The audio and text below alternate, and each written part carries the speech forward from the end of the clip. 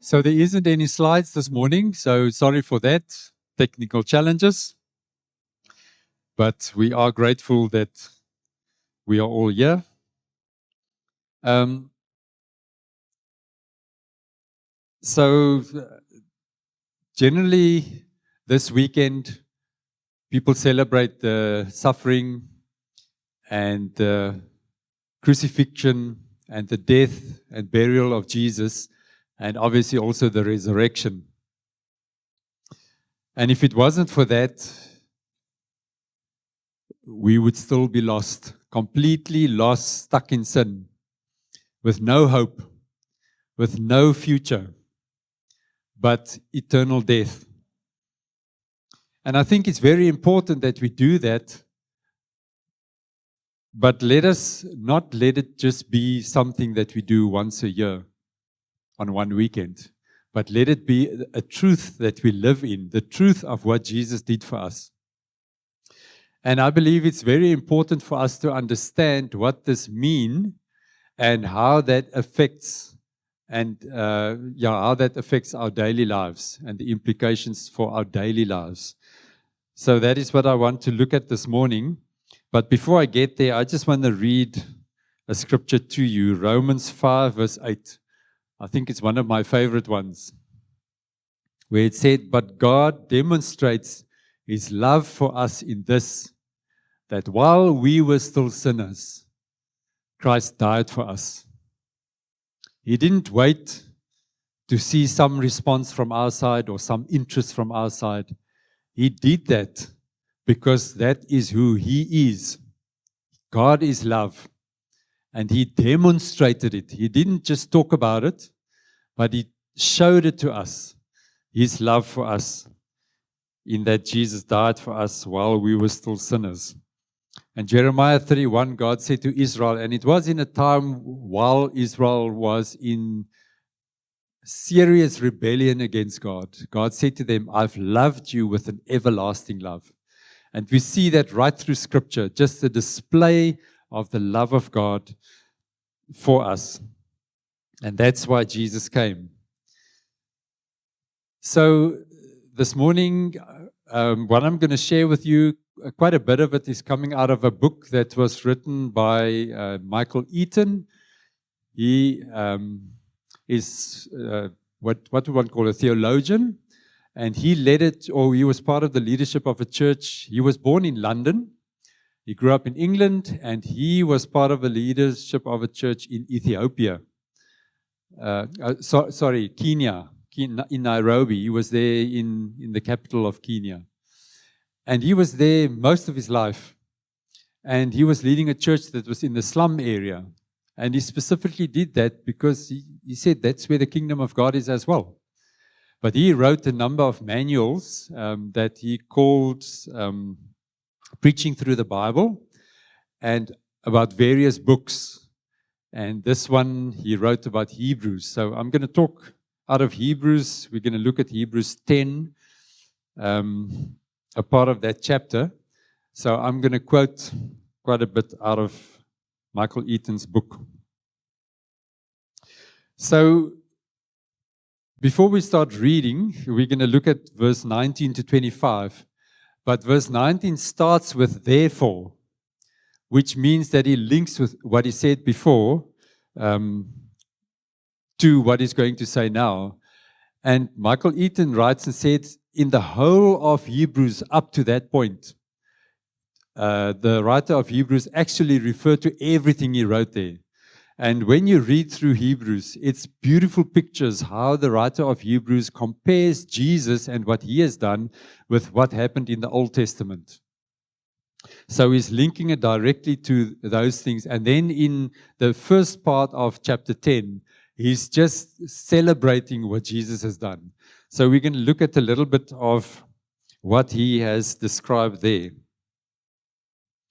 So he's basically, the writer of Hebrews is comparing what Jesus has done, because Jesus introduced the new covenant and what was required from the Jews under the old covenant.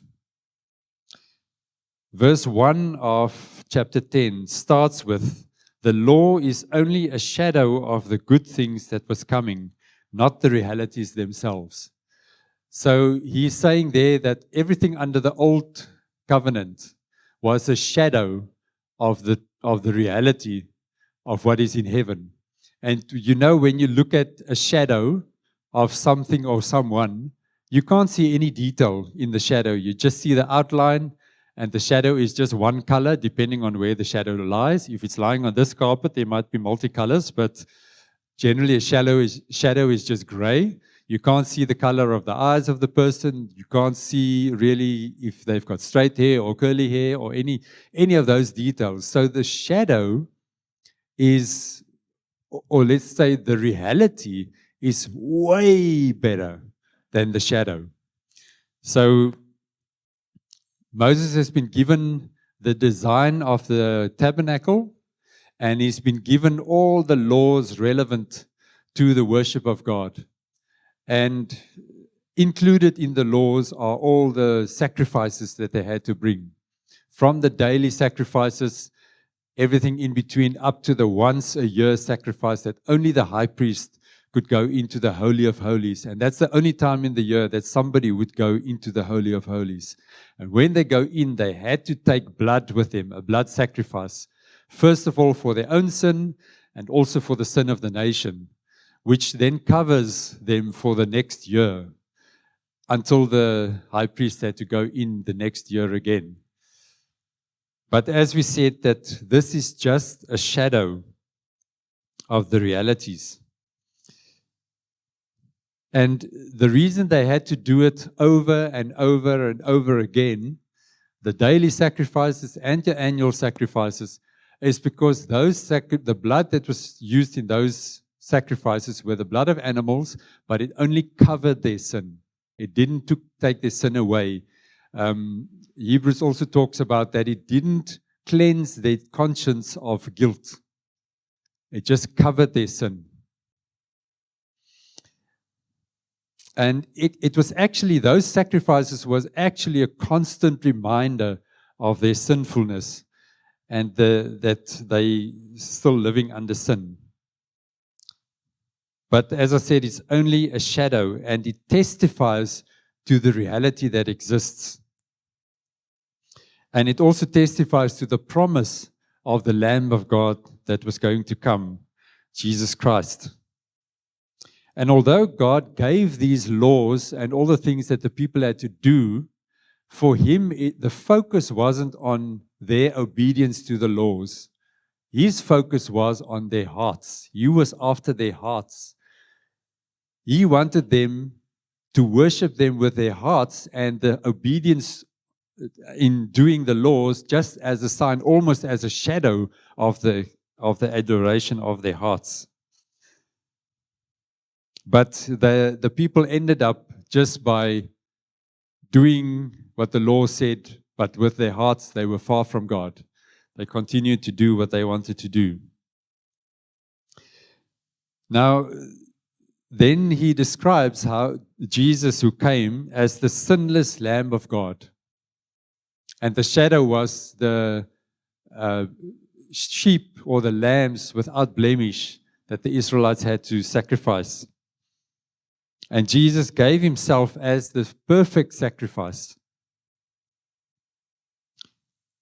of which the shadow is the once a year sacrifice that the priest had to take into the Holy of Holies. But Jesus gave himself, and he took his own blood, his sinless,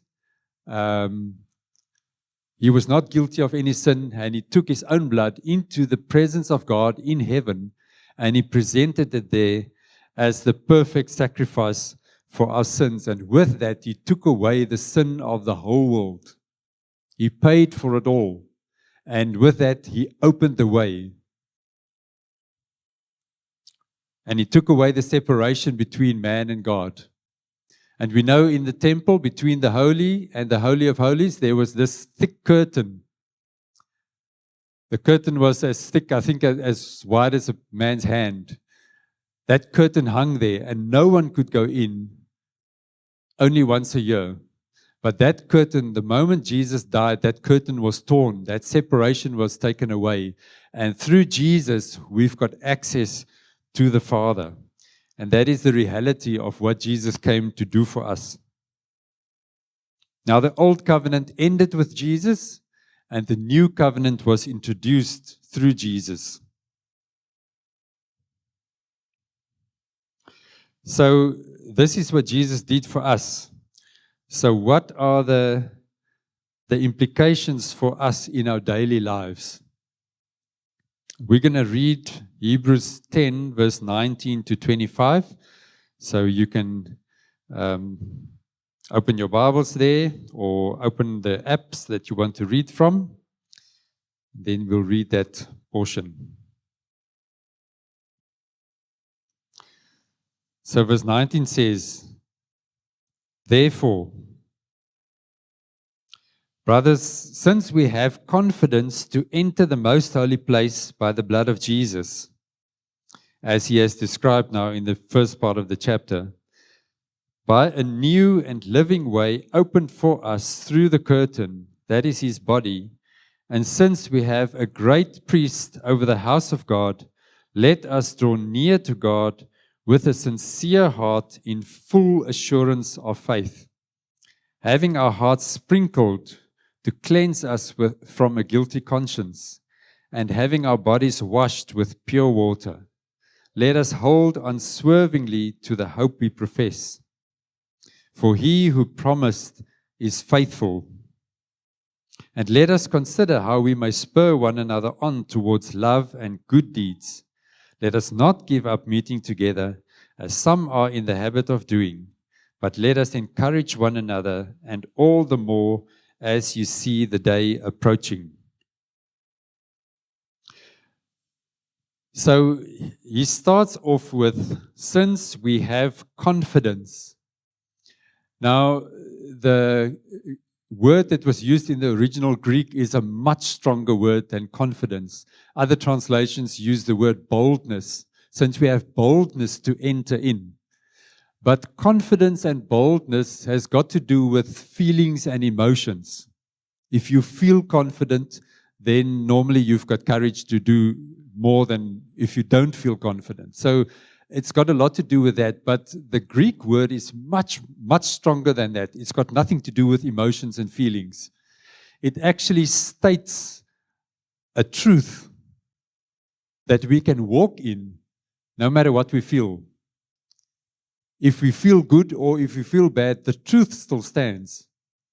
Okay, so it is almost like a person who committed an offense, was charged in court, and was sentenced to jail for a period of time.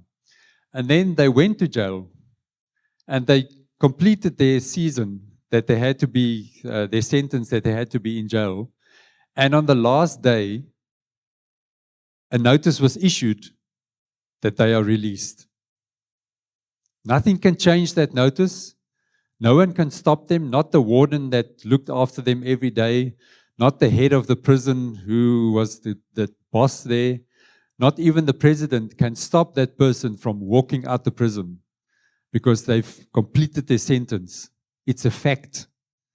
No matter if the person themselves feel that they are free and this weight of this judgment is off them, or if they are excited, nothing of what they feel affects that truth that they are now free. They can go. They can walk up to the gate. The guy at the gate will open for them and they can walk out. And even when they're outside, if they don't feel free because of all the years that they've spent in prison, it doesn't change the fact that they are now free. Okay, so you understand the difference. Sometimes there's truth that we can walk in no matter what we feel, and then other times we need to bring our feelings in line as well. But this is nothing to do with feelings. It's a fact, the confidence that we can have, the boldness that we can have. The Hebrew writer states what we have, if we feel like it or not. And there's a Bible translator, William Lane, and he translated as, since we have authorization. So it's almost like a document that you've got in your hand that states that truth. So I'm going to look at 3 things that we've got authorization for. That is very important before we go into the last section. So the first thing that we've got authorization for is that we've got entrance into the most holy place. Okay, the Hebrew writer says, since we have confidence to enter the most holy place. Okay, we've got authorization to go in there. That is the presence of God. We don't need to fear judgment. We don't need to fear death. Like in the Old Covenant, where no one could enter into the most holy place except the high priest once a year with the necessary sacrifices. But here, that separation has been taken away. We can boldly enter into God's presence. We don't need to stay away, even if we feel guilty, even if we feel condemned, even if we messed up. We can boldly step in because of the blood of Jesus, not because of what we've done or didn't do. So Michael Eaton writes as follows, we are authorized to come close to God. Jesus will reveal the promises of God in the presence of God as we walk with Him. Jesus will reveal the promises of God concerning our lives in a very personal manner. He will guide us when we wander, restore us when we fall. He is our shield and our great reward. We are authorized to come to God through Jesus with total confidence. No matter what we have done or how badly we have fallen, we have a reason for boldness. We may enter into the very immediate presence of God by faith. Jesus' blood makes it possible. Okay? We can confidently go, and that's what we've received. We have it. We've got the authorization for that, to step into the presence of God. Then the second thing that we have is there's a new and living way open for us. This way is new because it's much, much better than the old way. Okay? The old way, there was this curtain and you couldn't go in. Only once a year. And that sacrifice was only to cover our sins, not to take our sins away. And Jesus went in as the perfect high priest. He went in to bring the sacrifice, to open the way for us. And this way, it says the way is living. Hebrews describe the Jesus' body as the curtain. When he died physically, that curtain was torn. And through Jesus' physical body, we enter into the presence of God. So in our relationship with Jesus, the living way, that the way is living. So we build our relationship with Him, and through Him, we enter into the presence of God. Into this new way that is open for us. Okay? So there's a new and a living way that we have been given. And the third thing that we've been given is we have a great high priest, Jesus, who welcomes us in. He's paid the sacrifice. He's paid it all. There's nothing that we need to bring, nothing that we need to pay, but we are actually welcomed in by Him into the presence of God, where what was the purpose of God, in His intention all the time, for us, our relationship with God to be restored, direct connection with Him. There's no more ceremonies like in the Old Covenant. There's ceremonies that the priest had to go through. There's things that people had to do in preparation to prepare their hearts before they went to the temple. And those ceremonies, all those ceremonies pointed to Jesus. But now we've got Jesus with us. So we don't need to do any more of those ceremonies because He's the one who invites us into the presence. We know that John 14 verse 6, Jesus says, I am the way, the truth, and the life. No one comes to the Father but through me. And Romans 8 verse 34 tells us that Jesus intercedes for us. He's our high priest. He's the one who intercedes for us. So when we come, He's been praying for us to come. So when we come, He will not reject us. He will not show us away, but He will welcome us into the presence of God. So we've been given these things: entrance into the holy place, into God's presence.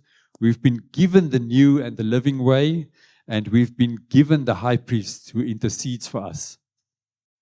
And all of that talks about us, that we are welcomed into the presence of God. So with this in mind, then the Hebrew writer continues, and he gives us 5 let us's. Okay, he gives us 5 things that we can, that he describes as an appropriate response to such an amazing gift from God.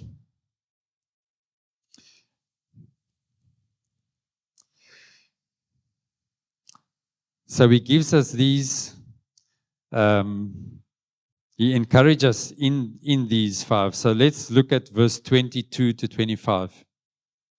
So verse 22, he starts off with saying, let us draw near to God. Okay, let us draw near to God. That is why Jesus came.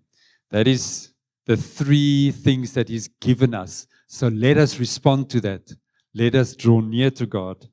Let us trust Him, what He has given us. God is inviting us to come near to Him. That is what the blood of Jesus paid for. That's why Jesus died, so that we can come near to Him. Let us draw near to God. And then he continues with a sincere heart. So when we come to God, we come with honesty. We don't come with a mask on or hiding, but we come with honesty. We come with an open heart, and we come with a sincere desire to meet with God. And then he says, in full assurance of faith, confident in our great high priest who loves us, full assurance of faith. We believe Him, we trust Him, we believe in what Jesus has done, and we go there, we walk into the presence of God. And then he says, having our hearts sprinkled to cleanse us from a guilty conscience, and having our bodies washed with pure water. Now these 2 words, starting these 2 sentences, both with having, means that it's a result. It is something that will happen to us when we step boldly into what Jesus has given us. Our hearts sprinkled to cleanse us from a guilty conscience. I said earlier on that the sacrifices under the old covenant couldn't take the guilty conscience away. The people lived under that guilt of their sin. But the blood of Jesus takes our sins away. The word says that God forgives us and He don't think about it anymore. It takes our guilt away, that we can come boldly and freely into the presence of God. So when we do that, that is what happens. Our conscience gets cleansed. And then it says, our bodies washed with pure water. It's not a physical washing, but as we walk in God's presence, you know how you can look at yourself in the mirror and think, yes, if I could just change this about me, or I don't like that about my character, or this habit that I've got. So you look at yourself as negative, but as you spend time in the presence of God, who loves us, and Jesus, who gave His life for us, we change. The way we look at ourselves change. It's like we are washed by the Word of God. We know at the Last Supper, when Jesus washed His disciples' feet, He came to Peter, and Peter said to Him, no way, you, Jesus, you will not wash my feet. But it was actually such a lot of display of pride in his heart. And Jesus explained to him and said, well, if I can't wash your feet, you don't have any part in me. And then he said to Jesus, well, just wash my whole body then in that case. And Jesus said to him, you don't need your whole body to be washed because of the word that I've spoken to you. So them spending time in the presence of Jesus and listening to His voice, hearing what He's been saying, the Word of God is like a washing of our bodies. And as we spend time in the Word of God and in God's presence, and we listen to His voice as He speaks into our hearts, we are also washed in a sense that we feel clean and that we can walk boldly into God's presence. Okay, so that's the first one. Let us draw near to God. And then the second one is in verse 23. He says there, let us hold unswervingly to the hope we profess, for He who promised is faithful.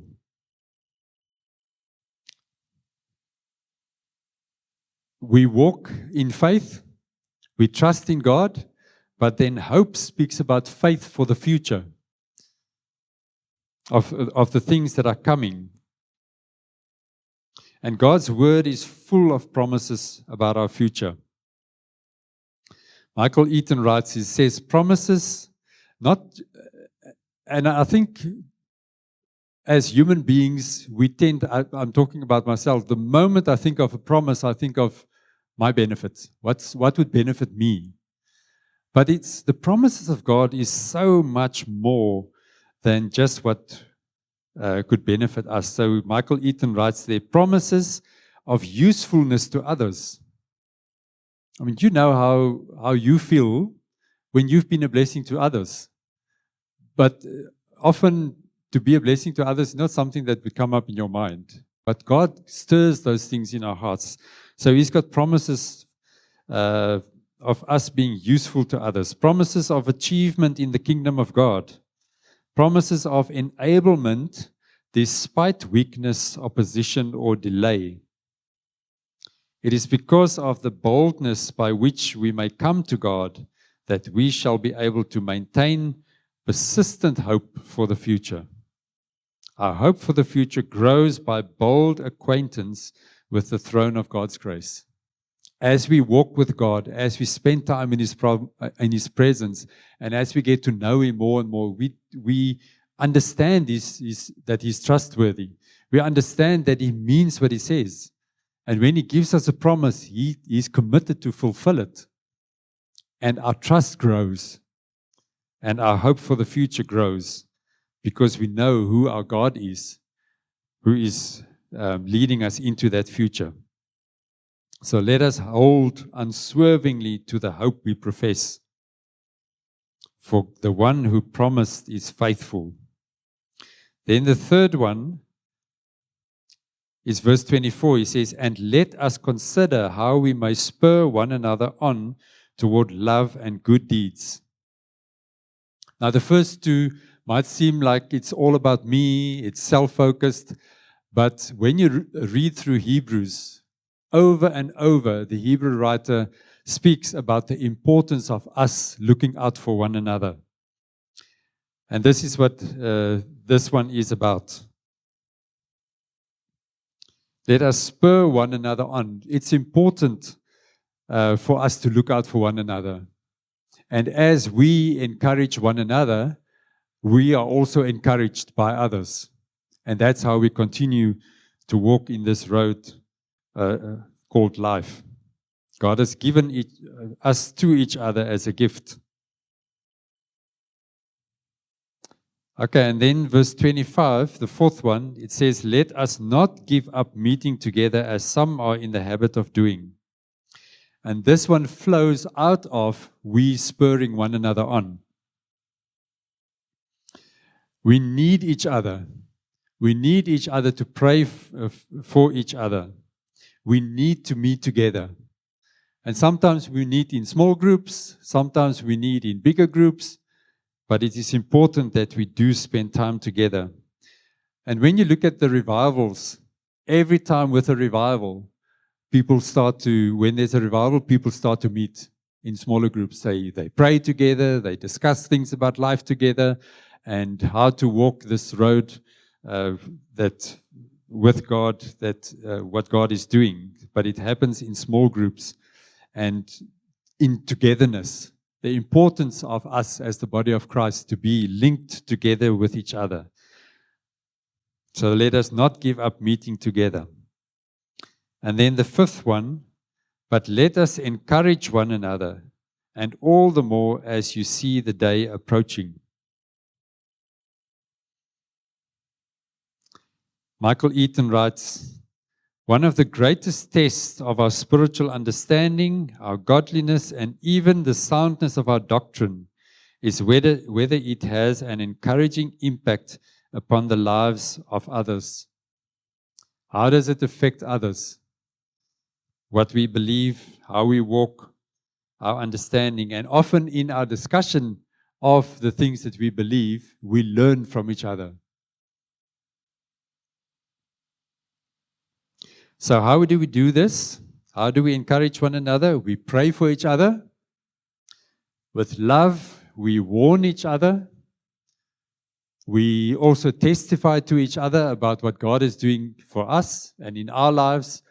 And there's few things that are so inspiring as to listen to what God is doing. And also when we look back over history and read of the accounts of what God has done in history, it really inspires us for going forward, and it encourages us for the future. And so this comes from Hebrews 10, and then what comes in Hebrews 11?